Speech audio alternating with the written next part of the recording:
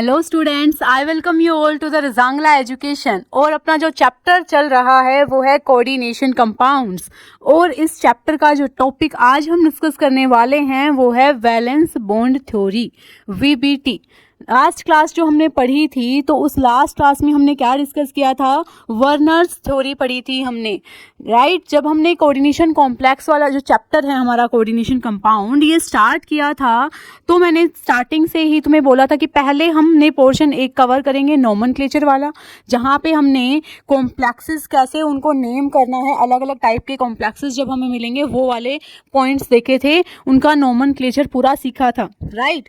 फिर सेकंड हमें बात करनी है अब थ्योरीज की कि क्या क्या थ्योरीज थी जो कि दी गई थी कोऑर्डिनेशन कंपाउंड से रिलेटेड।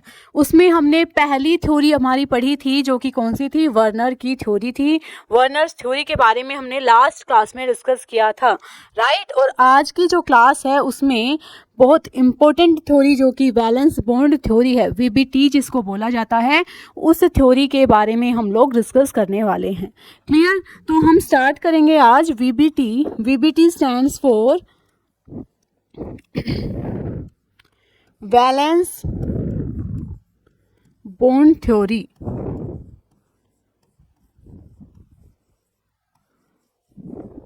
राइट।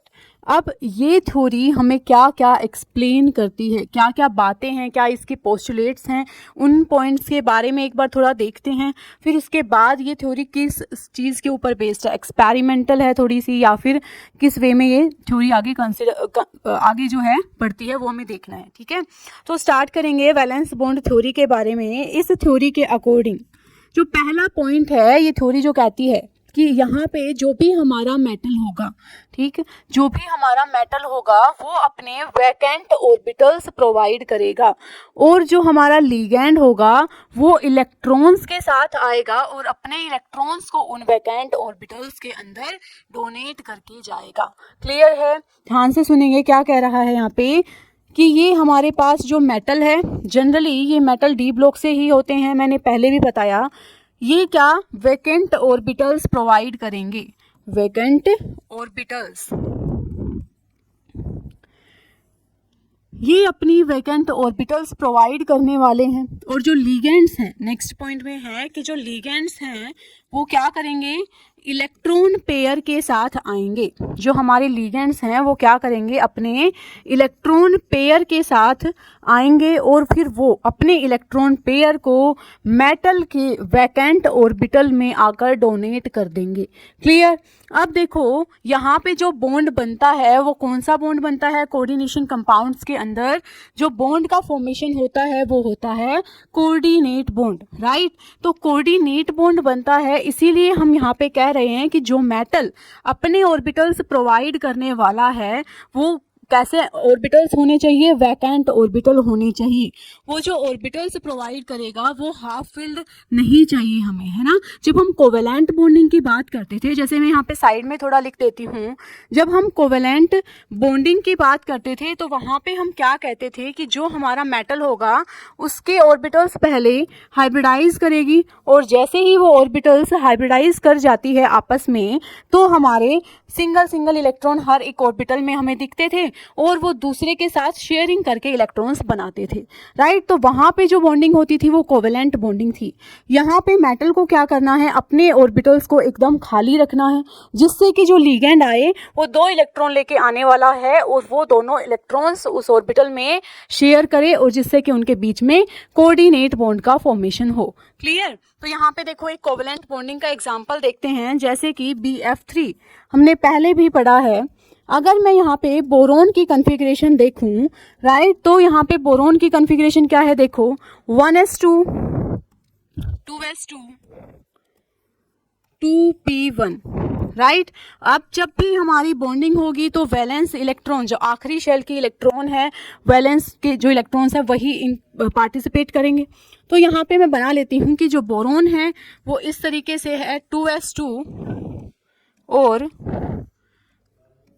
2p1, right. तो ये तो इसकी ग्राउंड स्टेट कंडीशन है, ग्राउंड स्टेट एनर्जी की हम बात कर रहे हैं ऑर्बिटल्स की।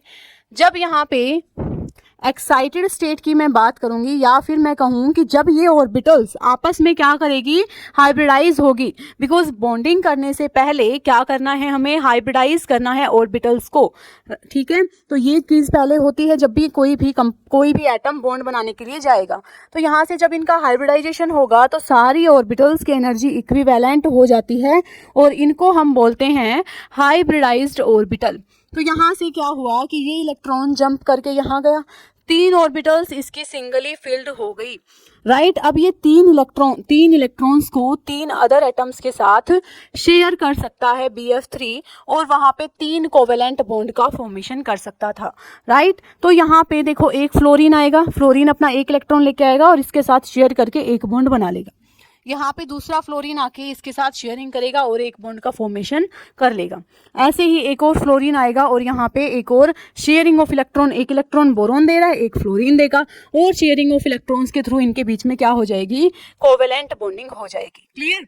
बट यहाँ पे इसकी एक वैकेंट ऑर्बिटल खाली है, तो NH3 जैसा मॉलिक्यूल जिसके पास 2 इलेक्ट्रॉन है, तो वो क्या कर सकता है कि दोनों ही इलेक्ट्रॉन्स को BF3 के इस वैकेंट ऑर्बिटल में डोनेट करके, और यहाँ पे जो बॉन्ड का फॉर्मेशन करेगा, कौन से बॉन्ड का फॉर्मेशन कर सकता है, कोऑर्डिनेट बॉन्ड का। कौन से बॉन्ड का, कोऑर्डिनेट बॉन्ड का फॉर्मेशन कर सकता है, क्लियर।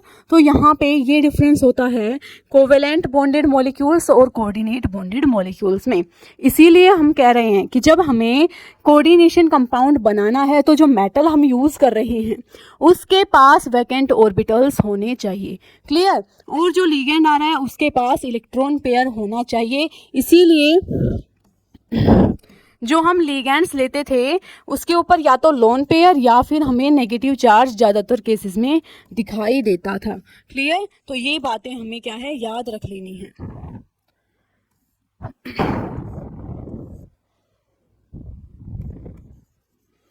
ये हमारे कुछ एग्जांपल्स हो गए लिगेंड के, और मेटल के पास क्या होनी चाहिए, वैकेंट ऑर्बिटल। मेटल जनरली कहाँ से बिलोंग करता है, डी ब्लॉक के एलिमेंट से ही बिलोंग कर रहा होता है मैक्सिमम केसेस में। कुछ एग्जांपल्स हमें अलग भी मिल जाते हैं, कोई और भी मेटल, कोई और भी एलिमेंट जो कि कोऑर्डिनेशन कंपाउंड बना रहा हो उस टाइम पे, क्लियर। तो यहाँ पे ये पॉइंट हो गया। उसके बाद हमें निकालना है मैग्नेटिक मूवमेंट। मैग्नेटिक मूवमेंट का हमें इस थ्योरी को पढ़ने से पहले थोड़ा आइडिया होना चाहिए। मैग्नेटिक मूवमेंट कैलकुलेट किया जाता है बाय यूजिंग दिस फॉर्मूला।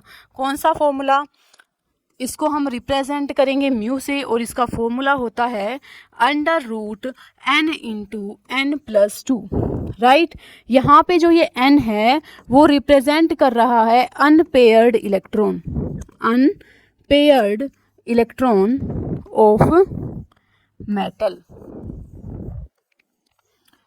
जो हमारा मेटल है उसके कितनी अनपेयर्ड इलेक्ट्रॉन लास्ट में बचे उसको, या फिर हम कॉम्प्लेक्स जो बन चुका है उसमें हमारे कितने अनपेयर्ड इलेक्ट्रॉन हैं, ये भी बोल सकते हैं, जो भी हमें दिख रहा है। तो अनपेयर्ड इलेक्ट्रॉन के रिस्पेक्ट में हम क्या कहते हैं, मैग्नेटिक मूवमेंट को कैलकुलेट करते हैं, राइट। अगर हमारे पास n की वैल्यू 1 है, मतलब एक अनपेयर्ड इलेक्ट्रॉन है, तो n की वैल्यू 1 रख के जब हम इस म्यू की वैल्यू निकालेंगे तो म्यू की वैल्यू लगभग 1.7 के अराउंड ही आती है, राइट। जब हम n की वैल्यू 2 रखेंगे तो यहाँ पे म्यू की वैल्यू 2.8 के अराउंड ही आती है। जब हम n की वैल्यू 3 रखेंगे तो म्यू की वैल्यू फिर से अराउंड 2.8, और 3 की वैल्यू रखेंगे तो यहाँ पे 3.8 के अराउंड रहती है, राइट।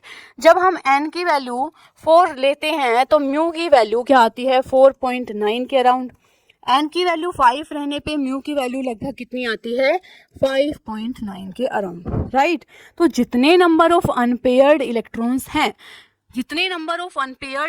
हैं उतनी ही हमारी लगभग म्यू की वैल्यू है पॉइंट में। अगर एक अनपेयर्ड इलेक्ट्रॉन तो म्यू की वैल्यू कितनी आ रही है, 1 पॉइंट समथिंग। अगर 2 अनपेयर्ड इलेक्ट्रॉन तो म्यू की वैल्यू 2 पॉइंट समथिंग आ रही है। अगर 3 है तो 3 पॉइंट कुछ आएगी, राइट।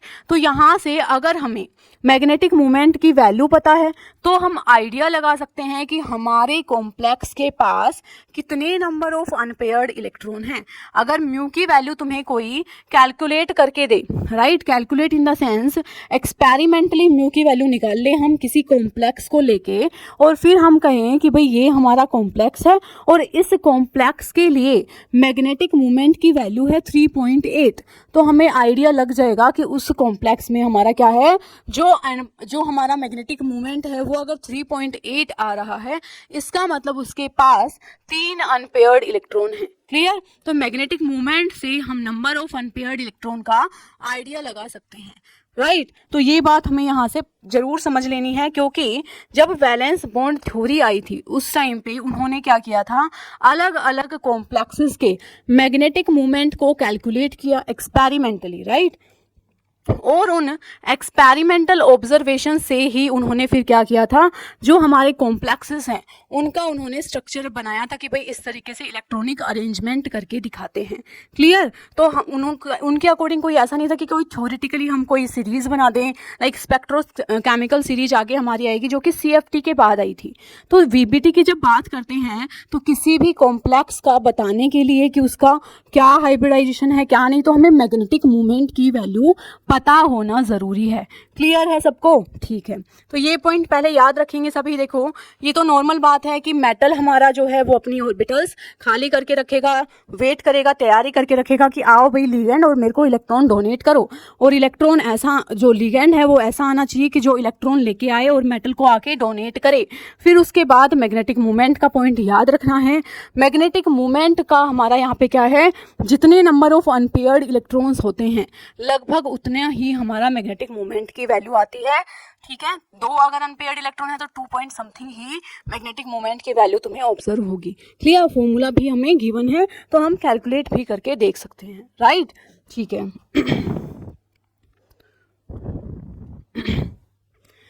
अब देखते हैं नेक्स्ट पॉइंट, यहाँ पे हमें क्या याद रखना है। देखो जरा, हमें ज्योमेट्री के बारे में हम लोग पहले भी पढ़ चुके हैं।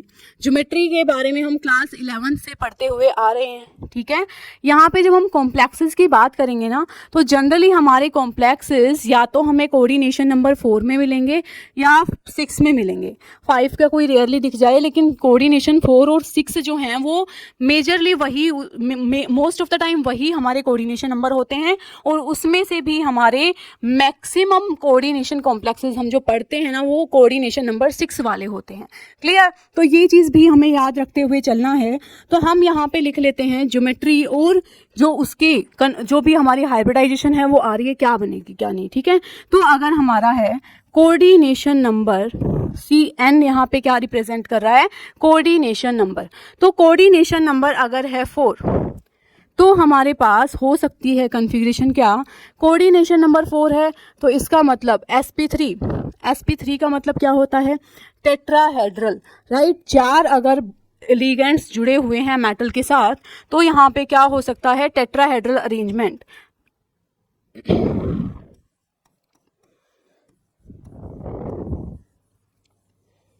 राइट, अगर हमारा कोऑर्डिनेशन नंबर 4 है तो वहाँ पे हमें DSP2 भी मिल सकती है। कैसे मिलती है वो अभी हम आगे देखेंगे, बट वहाँ पे DSP2 हाइब्रिडाइजेशन भी हो सकती है और sp3 भी हो सकती है। इसका मतलब क्या है कि एक s ऑर्बिटल और 3 p ऑर्बिटल भी इन्वॉल्व हो सकती हैं, या फिर एक d ऑर्बिटल और एक s ऑर्बिटल और 2 p ऑर्बिटल भी इन्वॉल्व हो सकती है। राइट, तो यहाँ पे हमारी जो कॉन्फ़िगरेशन बनती है वो बनती है स्क्वायर प्लेनर।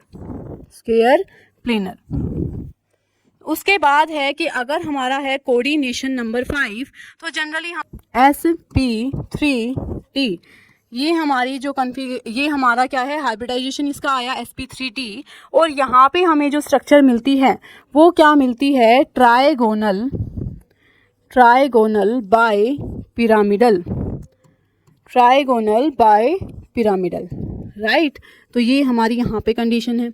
उसके बाद है नेक्स्ट, अगर हमारा कोऑर्डिनेशन नंबर है कितना, 6, कोऑर्डिनेशन नंबर कितना है, 6 है। देखो, कोऑर्डिनेशन नंबर 5, पहली बात तो हमें बहुत ज़्यादा कंपाउंड्स उसमें मिलते नहीं हैं, मिलते हैं तो पॉसिबिलिटी होती है कि वहाँ पे क्या है, हमारा ट्राइगोनल बाइपिरामिडल ज्योमेट्री भी हो सकती है, स्क्वायर पिरामिडल भी हो सकती है, बट जनरली हमें क्या है, TBP देखने को मिलती है जब sp3t हाइब्रिडाइजेशन होती है उस टाइम पे। क्लियर? तो ये बात हमें ध्यान रखनी है।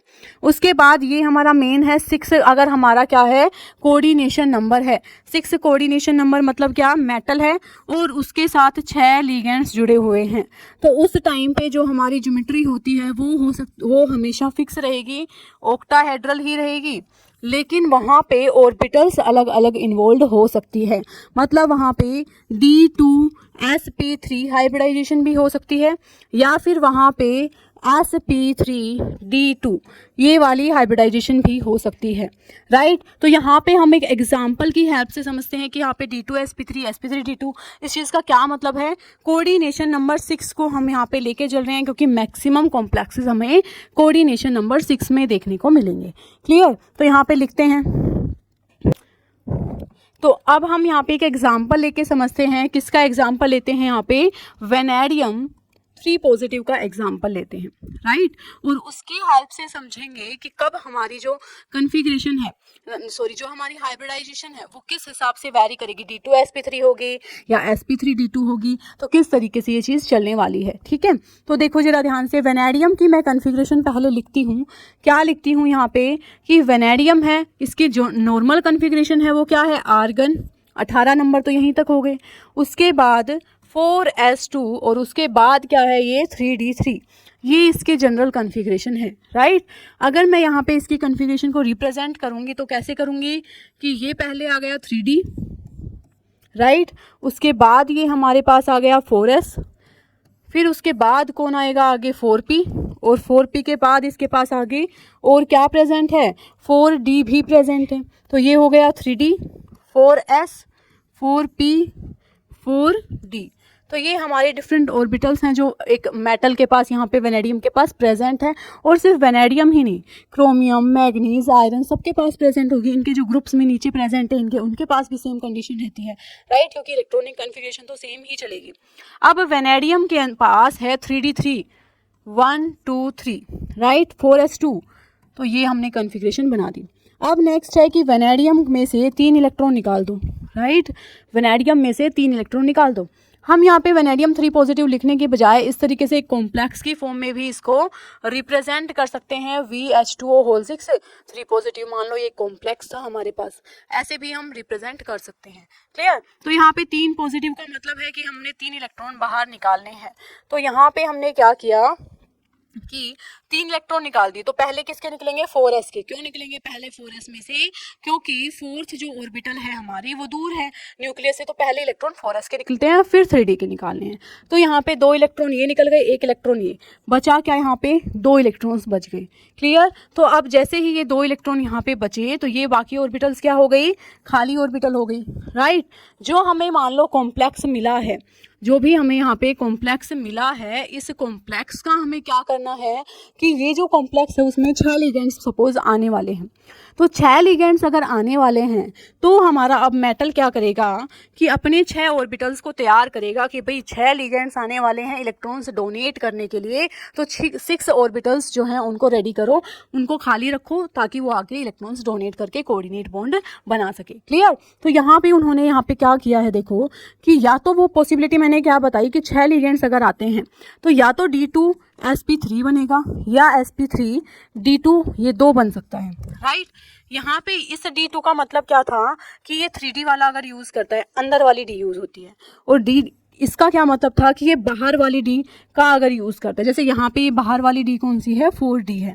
तो अगर अंदर वाली D ऑर्बिटल यूज़ होती है तो D2sp3, और बाहर वाली D ऑर्बिटल यूज़ होती है तो sp3d2 बोलेंगे, राइट। तो अब यहाँ पे देखो, जब अगर किसी के पास अंदर वाली D ऑर्बिटल खाली है तो वो अंदर वाली D ऑर्बिटल यूज़ करेगा, और अगर अंदर वाली फील्ड है वहाँ पे इलेक्ट्रॉन आ गए तो फिर वो बाहर वाली ऑर्बिटल्स को यूज़ करेगा, sp3d2 बनेगा।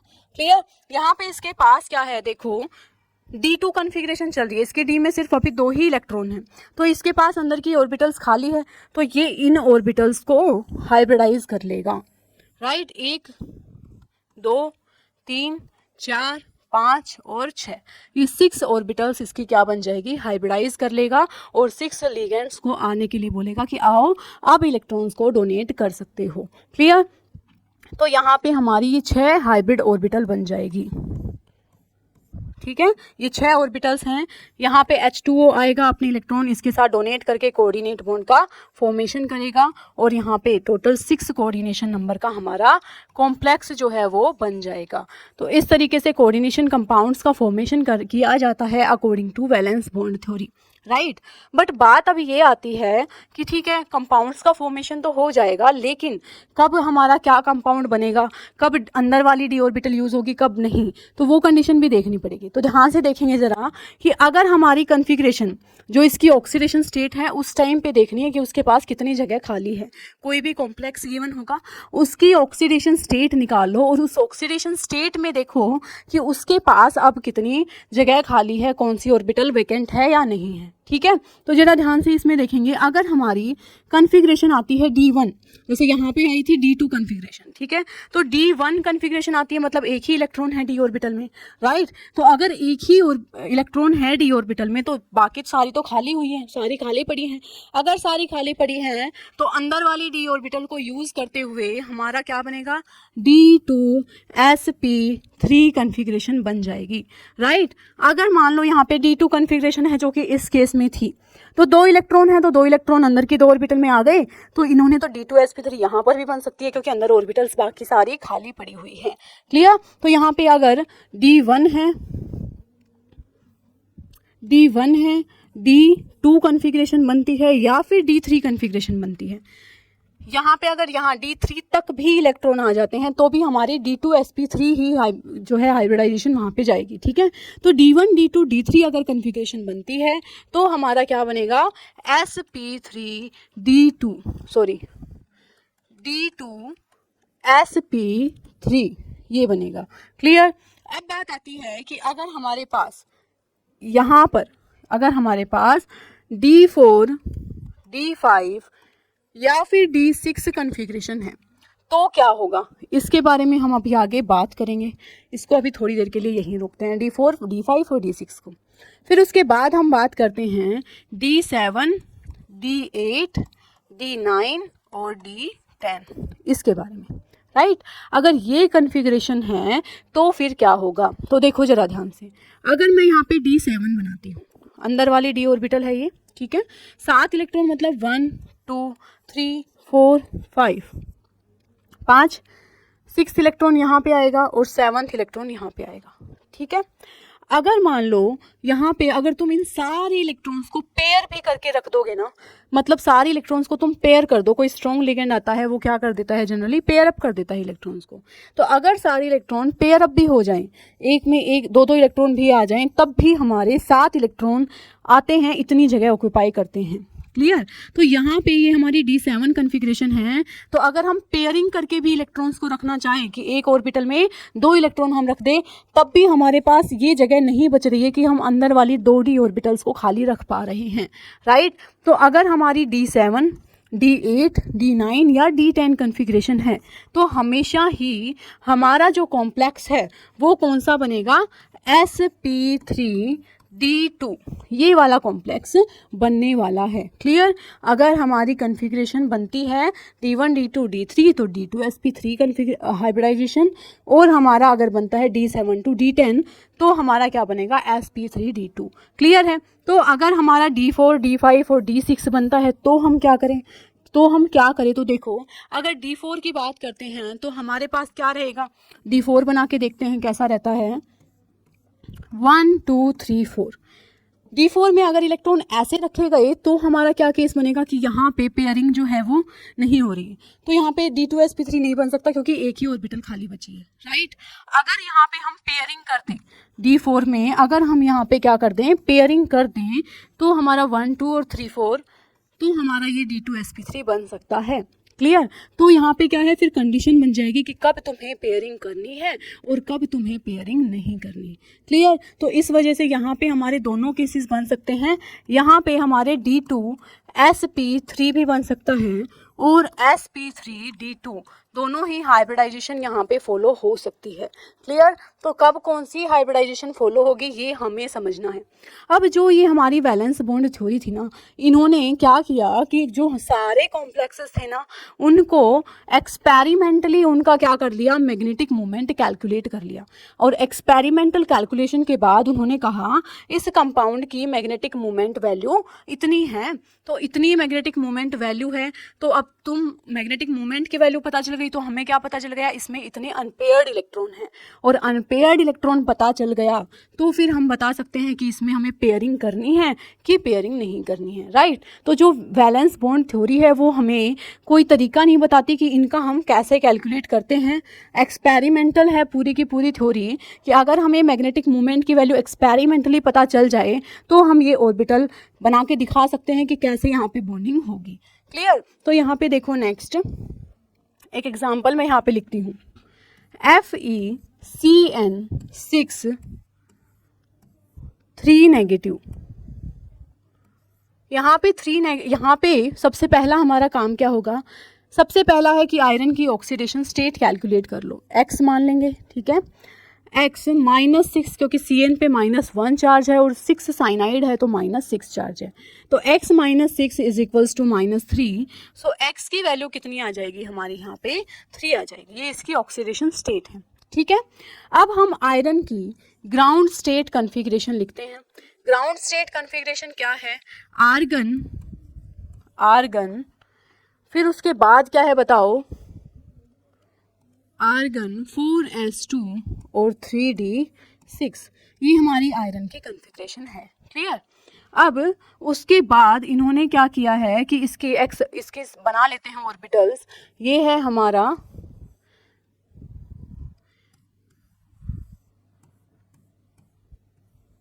ये है हमारी 3d और यहाँ पे ये प्रेजेंट है 4s। इसके बाद हमारी क्या प्रेजेंट होगी आगे, 4p, और उसके बाद क्या प्रेजेंट होगी, फिर 4d प्रेजेंट होगी। ठीक है, तो इस तरीके से ऑर्बिटल्स होंगी आयरन की। अब यहाँ पे कितने इलेक्ट्रॉन है देखो, 3d6 इलेक्ट्रॉन है। सो 1 2 3 4 5 और 6। क्लियर? और 2 इलेक्ट्रॉन s ऑर्बिटल में भी है। अब बात ये है कि हमें बोला गया है कि इसकी ऑक्सीडेशन स्टेट कितनी है, 3 ऑक्सीडेशन स्टेट आई है, मतलब आयरन पे कितना चार्ज आया, +3 चार्ज, मतलब इससे अपने 3 इलेक्ट्रॉन निकाले हैं। 3 इलेक्ट्रॉन कहाँ से निकलेंगे, 2 यहाँ से निकाल देंगे 4s ऑर्बिटल से, और 1 इलेक्ट्रॉन यहाँ से निकल जाएगा जो ये पेयर्ड वाला है। ठीक है, तो यहाँ पे क्या हो जाएगा,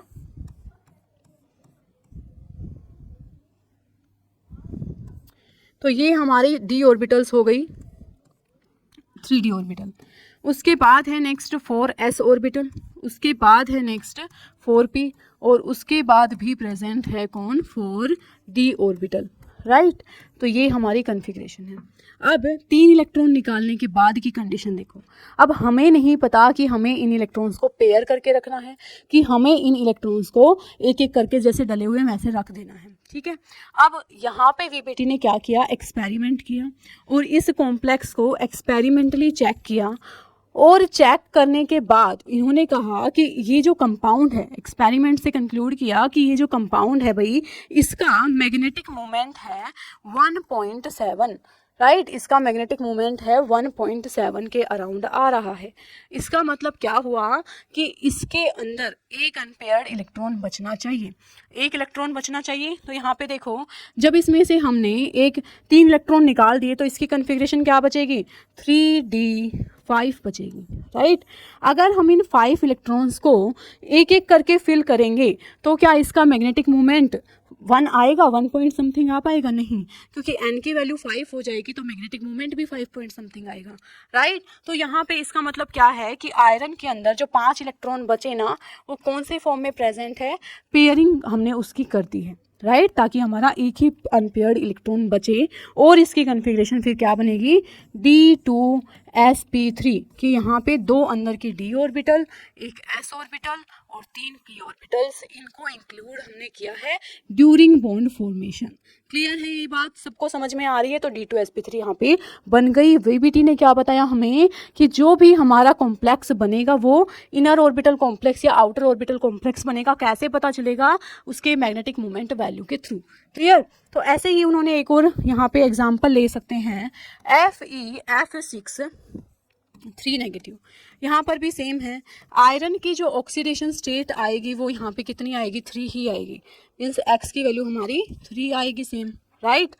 जो एक्स की वैल्यू आई मतलब हमें यहाँ पे आयरन +3 की वैल्यू ही यहाँ पे देखनी है। अब एक्सपेरिमेंटली ये फिर ऑब्जर्व किया गया कि इस कंपाउंड के लिए म्यू की वैल्यू कितनी है? 5.9 के अराउंड कुछ आ रही है।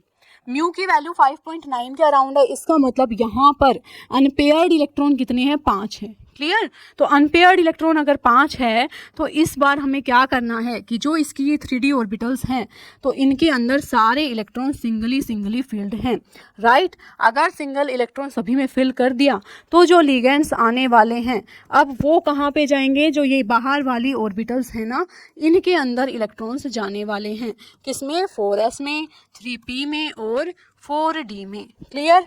तो ये हमें यहाँ पे याद रखना है। क्लियर है सबको? तो फिर यहाँ पे हमारा क्या होगा? जो लिगेंड आएगा वो ये जो ऑर्बिटल्स हैं 6 ऑर्बिटल्स हैं, ये क्या करेगी? हाइब्रिडाइज होगी और हाइब्रिडाइज होके फिर क्या करेगी? हाइब्रिडाइज्ड ऑर्बिटल बना के उनमें जो भी लिगेंड्स आ रहे हैं उनके इलेक्ट्रॉन्स को एक्सेप्ट करेगी। क्लियर? तो यहाँ पे हमारे क्या कॉन्फ़िगरेशन, क्या हाइब्रिडाइजेशन बनेगा?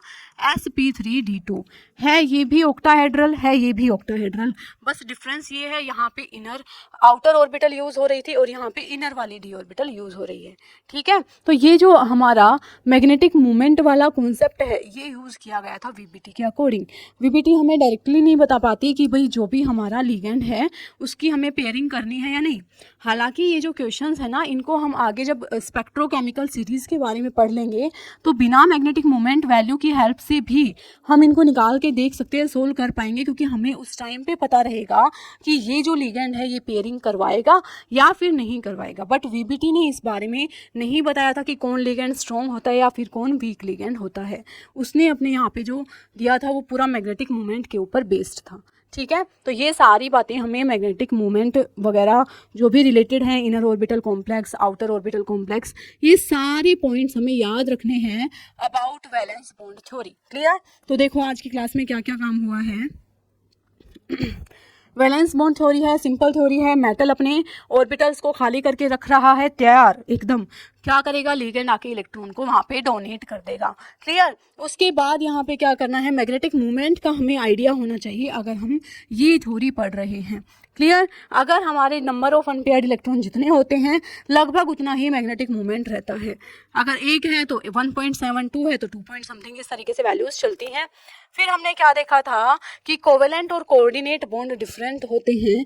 कोवेलेंट बॉन्ड बनाते टाइम दो जो मेटल होगा या फिर कोई भी एलिमेंट होगा वो भी अपने इलेक्ट्रॉन्स अपनी ऑर्बिटल में लेके जाएगा बॉन्ड बनाने के लिए। तो हाइब्रिडाइज्ड ऑर्बिटल जब होंगी तो वहाँ पे इलेक्ट्रॉन वाली ऑर्बिटल्स इन्वॉल्व होती हैं, बट यहाँ पे वैकेंट ऑर्बिटल्स का ही हाइब्रिडाइजेशन मेटल कर रहा होता है। क्लियर? उसके बाद है नेक्स्ट हमारा कि जो हाइब्रिडाइजेशन है हमारी वो क्या क्या हो सकती थी। तो मैंने यहाँ पे तुम्हें बताया sp3d sp2 अलग अलग हाइब्रिडाइजेशन हो सकती है, डिपेंड उसी पे करेगा, जो हाइब्रिडाइजेशन आएगी उसके अकॉर्डिंग हमारी स्ट्रक्चर बन जाती है। ठीक है? अब ये हाइब्रिडाइजेशन हमने समझी किन से? 2 एग्जांपल्स की हेल्प से। और यहाँ पे हमें क्या समझ में आया कि जो हमारा कॉम्प्लेक्स है उसमें कौन सी ऑर्बिटल यूज होगी वो डिपेंड करेगा कि उसके मैग्नेटिक मूवमेंट की वैल्यू क्या आ रही है उस कॉम्प्लेक्स के लिए। तो VBT सिर्फ इतनी बात ही एक्सप्लेन कर पाई थी।